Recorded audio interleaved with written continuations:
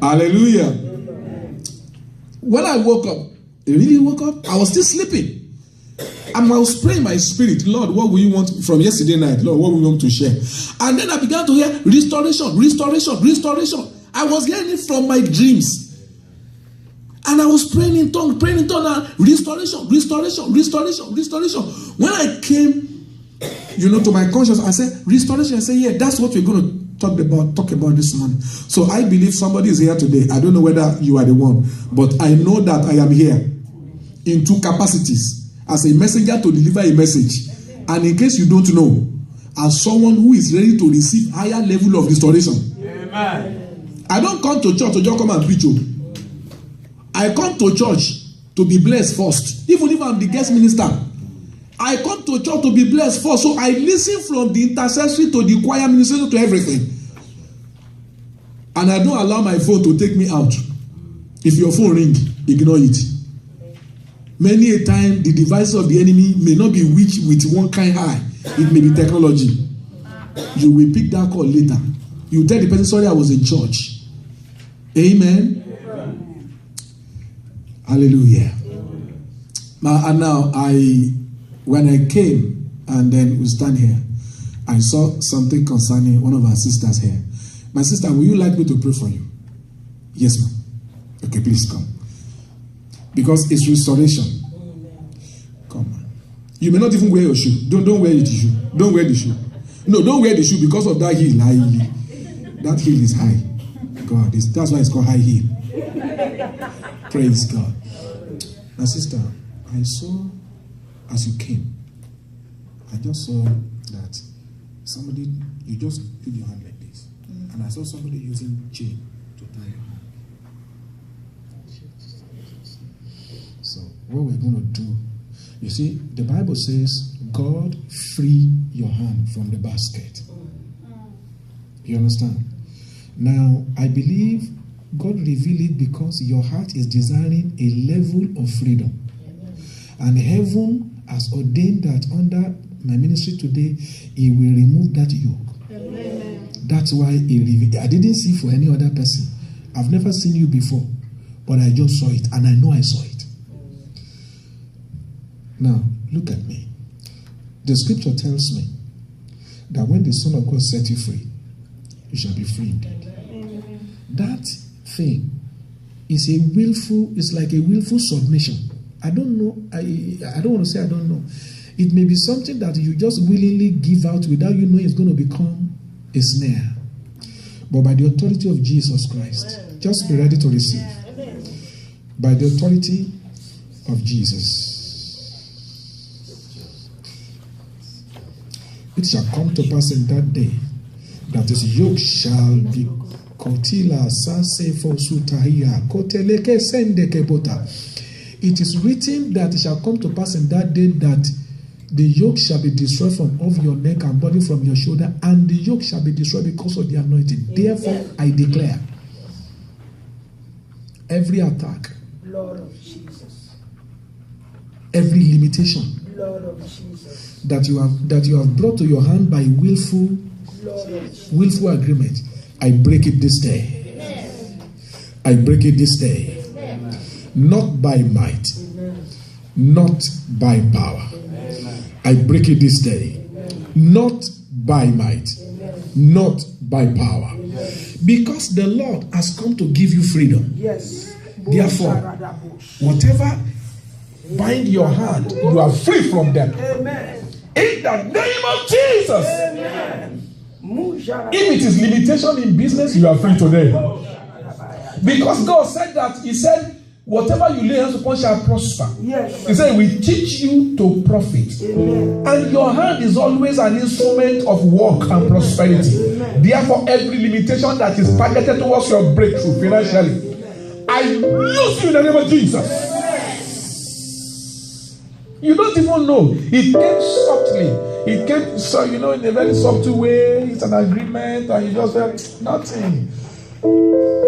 But because the Lord revealed it, it is because heaven has delivered you. Yes, Lord. And I agree with the anointing of the Holy Ghost this day. I set you free. Amen. I set you free. Amen. I set you free. Amen. I set you free.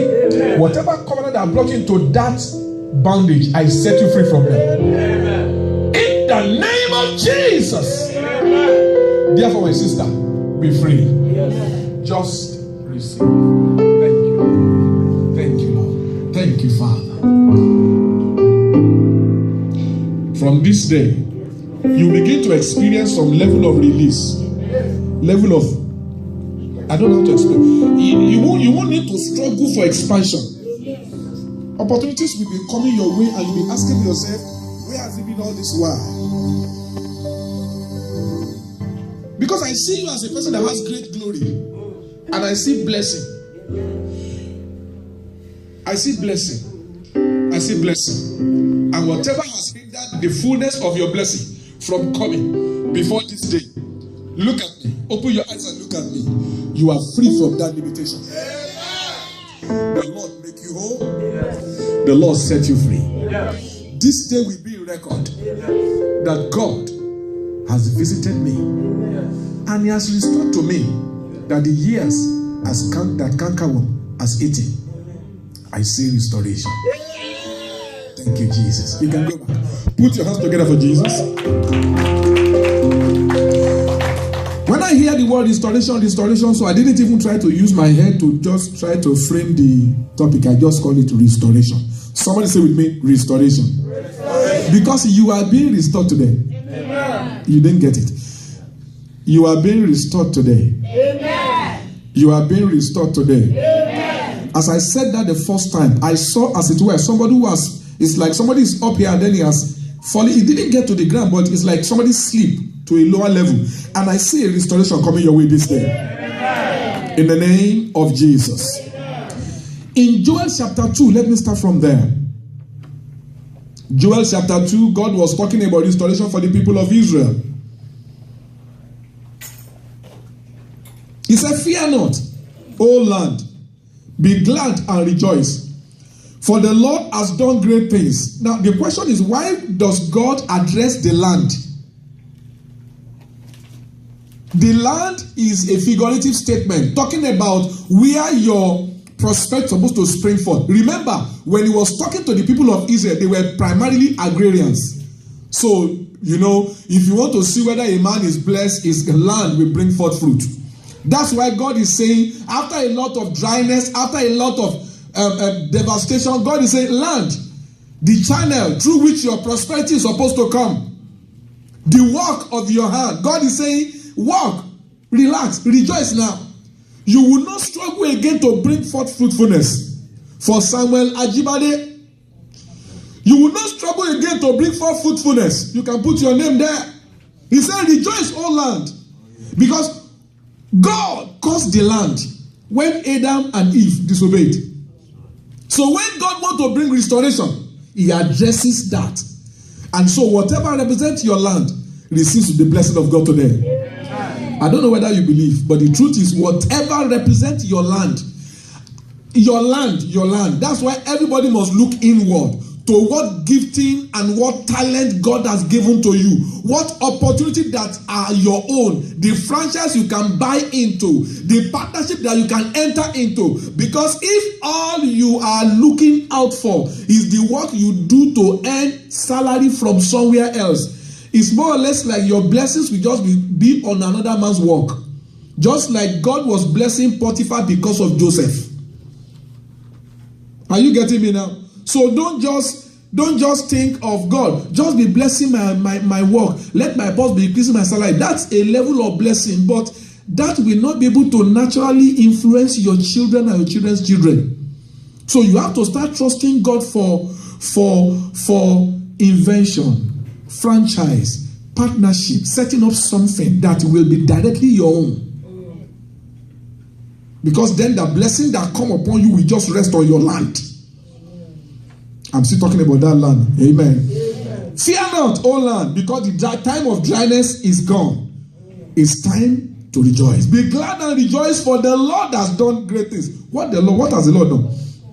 Fear not, you beast of the field, for the pasture of the wilderness are green. You know that the field of the beast of the field, they eat the grass that grows from the ground. But when the land is cursed, the grass will not come out. So God is saying, even those of you that are supposed to enjoy what comes out of the land, rejoice, because something good will begin to come from now.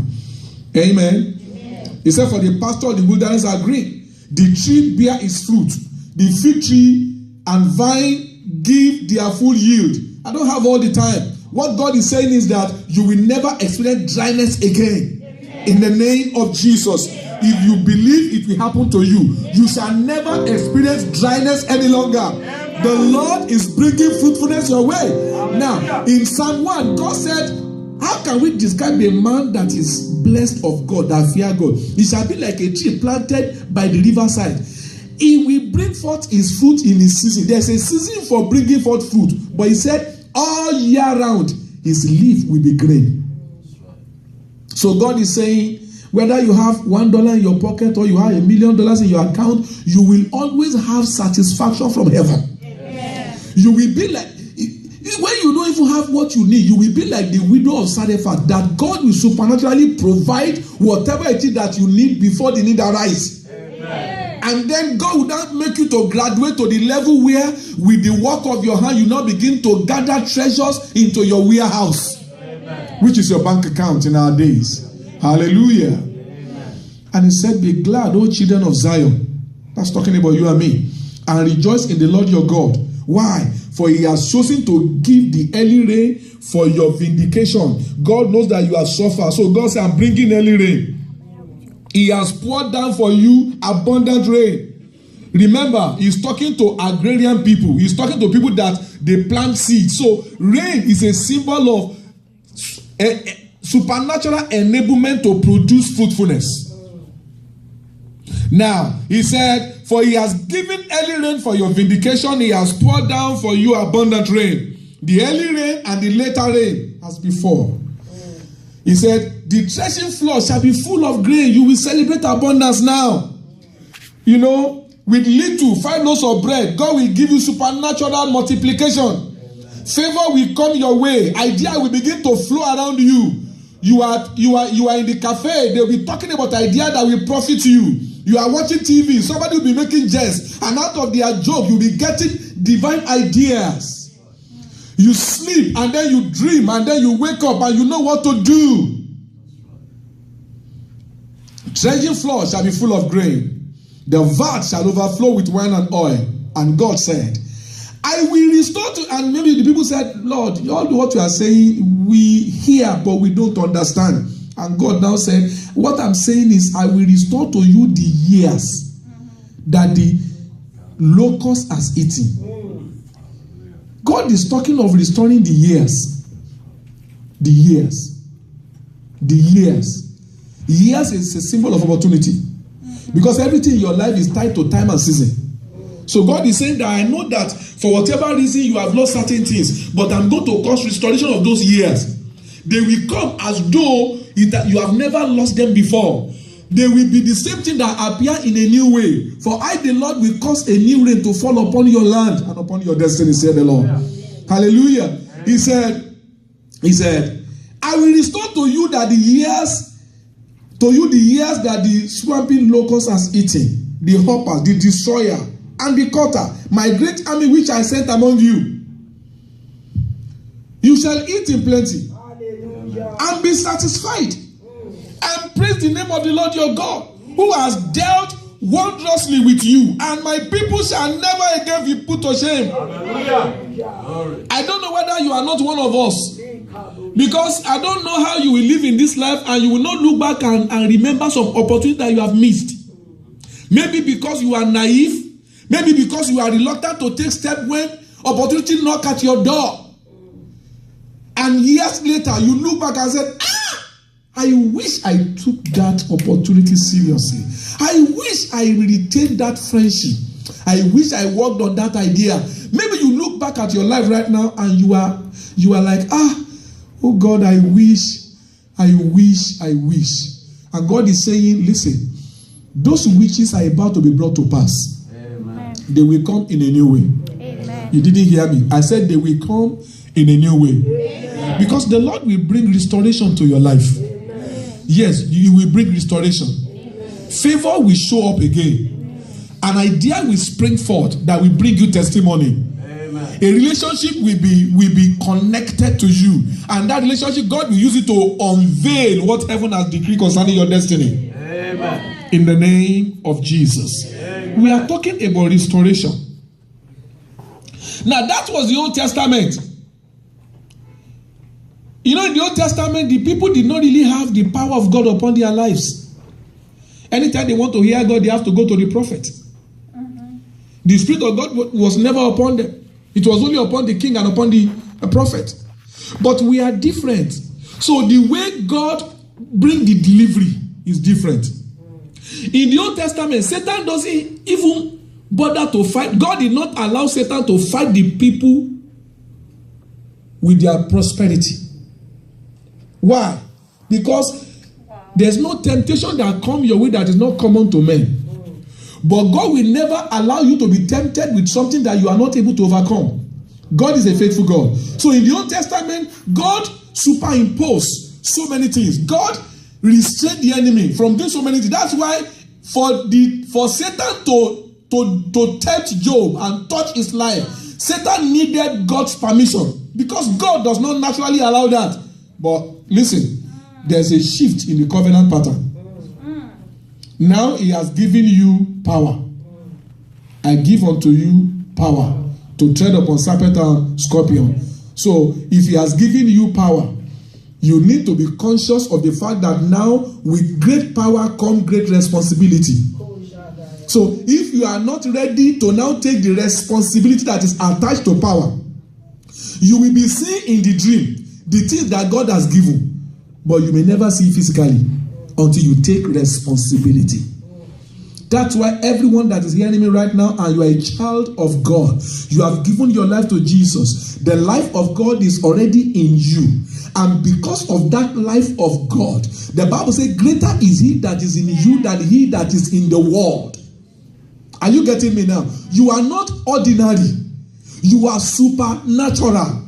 Many a time you look down on yourself, but what you don't know is that the world is looking up to you. Because the Bible says the world is waiting for the manifestation of the sons of God. Why would they be waiting for your manifestation if they do not know that you carry something? That's right. That's why it's important for you to know what you carry. Amen. Many a time, the opposition that attack us, they are able to have edge over us because of our ignorance. For my people are destroyed for lack of knowledge. You shall know the truth, and the truth you know shall make you free. I said all that because I want to bring you to the New Testament dispensation. Because many of us are living in the New Testament, but we are still using the mindset of the Old Testament. Oh God, you have promised me. Why is everything happening like this? And God said, why are you crying out to me like Moses? Stretch out the rod. Luke chapter 11. Luke 11, because we are talking about restoration today. And I know your destiny shall receive restoration. Amen. Somebody said, you really didn't want to come to church today. You didn't want to come to this place today. But for whatever reason, you just, okay, let me just go. And God is saying to me, it's because there's a visitation awaiting you. Amen. And I'm glad that you are here. In Luke 11, I'll read from verse 20 to verse 22. The Pharisees were trying to accuse Jesus that he was using Beelzebub, the prince of demons, to cast out devils. And Jesus said, if I, with the finger of God, cast out devils, no doubt the kingdom of God is come upon you. Then he now says something very relevant to you and I. He was trying to make those people who were seeing Jesus taking authority over demonic spirits, and they were surprised that demons were subject to Jesus. And they concluded, like many of us in the church conclude, if anything supernatural happened, it must be from Satan. Don't you know that's why how many of us think? If there's anything supernatural, I say, no, that guy is going to get power somewhere. We have a way of always concluding that anything supernatural that happened through anybody must be empowered by Satan. But Jesus said to them, no. You have to reorientate yourself. You have to understand the concept of the New Testament. He said to them, when a strong man keepeth his palace, his goods are in peace. He said, but when a stronger than he shall come upon him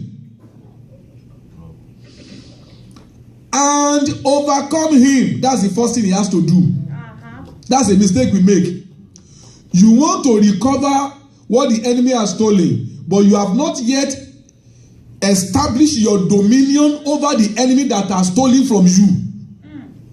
Until the enemy bow to you, you cannot dispossess them and claim your rights. That's why the kingdom of God suffer violence, and gentleman does not receive nothing. That's right.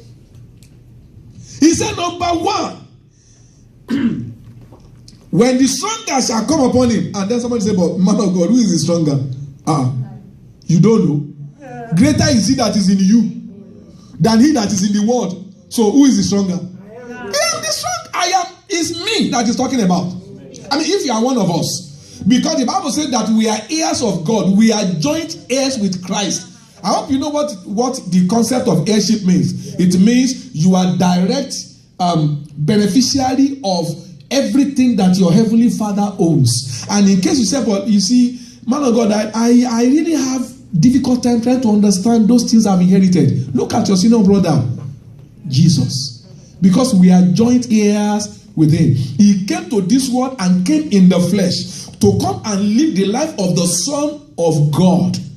In the identity of the Son of Man. So that you and I can know what it means to live as a son of God in this physical body. So just read your Bible. That's the problem. Many of us don't have time for Bible.